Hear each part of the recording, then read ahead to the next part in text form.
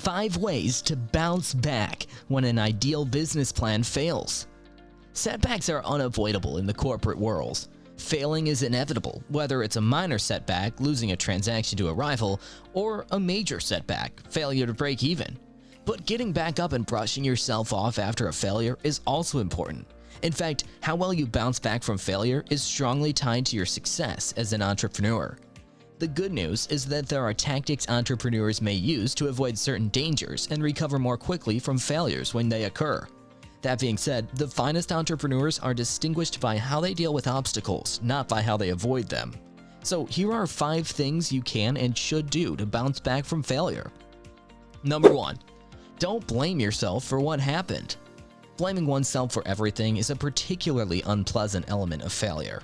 It's difficult to separate yourself from failure as a business owner because you believe you're responsible for everything. It's simple and natural to place all of the responsibility of your company's failure on yourself. At some time in their lives, everyone on the planet will experience failure. If everyone could obtain precisely what they desired, the world would be a strange place. Allowing oneself to become emotionally tied to failure will make dealing with it even more difficult. Placing all of the responsibility on yourself will only make matters worse. Instead, accept that you can't constantly be in charge of everything. It's just the way the universe works. Accepting this will assist you in recovering from your failure more quickly.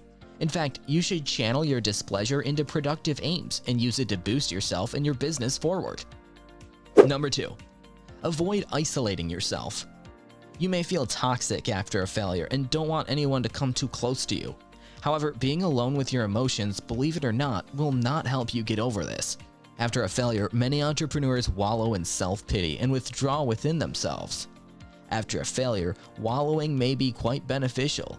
Allowing yourself to wallow lets you feel whatever you need to feel while also assisting you in analyzing the circumstance and determining what went wrong. Most entrepreneurs, on the other hand, make the mistake of wallowing in their misery for too long. Don't isolate yourself in order to recover. If your business fails, it's critical that you surround yourself with a solid support system. Having friends, family, and mentors at your side might help you avoid feeling alone during these trying times. While you may feel alone at work, surrounding yourself with people who make you feel loved and valued outside of work may help keep your spirits up through difficult times. These folks may also be excellent providers of sensible advice and can assist you in making key decisions in light of your company failure. Number 3. Figure out where and when things went south. It's necessary to move on, but it's even more crucial to ask yourself where you went wrong. Only if you don't learn from your mistakes is it truly a failure. After a company failure, it might be challenging to assess your mistakes and figure out how to do better next time. It's challenging to ask oneself all of these unpleasant questions and deal with the possible answers. However, doing so will almost certainly keep you from repeating the same errors in the future. You may look up public records to find out what caused previous firms similar to yours to fail and what they did to recover.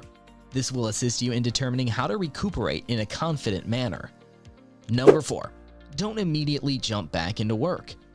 Going back into work may be compared to dealing with a breakup by quickly entering another relationship. Such unions are frequently doomed to fail since you haven't had time to process what happened previously and refocus your goals. You should not jump back into the same or even a new business venture. You may discover that taking a pause and using the opportunity to examine what went wrong and obtain some ideas is more helpful. You have the option, but you shouldn't feel obligated to go on to the next thing. This might possibly be more harmful to your company. So go easy on yourself and take your time. Number 5. Become a source of motivation. One other blunder entrepreneurs make is forgetting that a business failure demotivates not just themselves, but also the stakeholders such as workers and partners.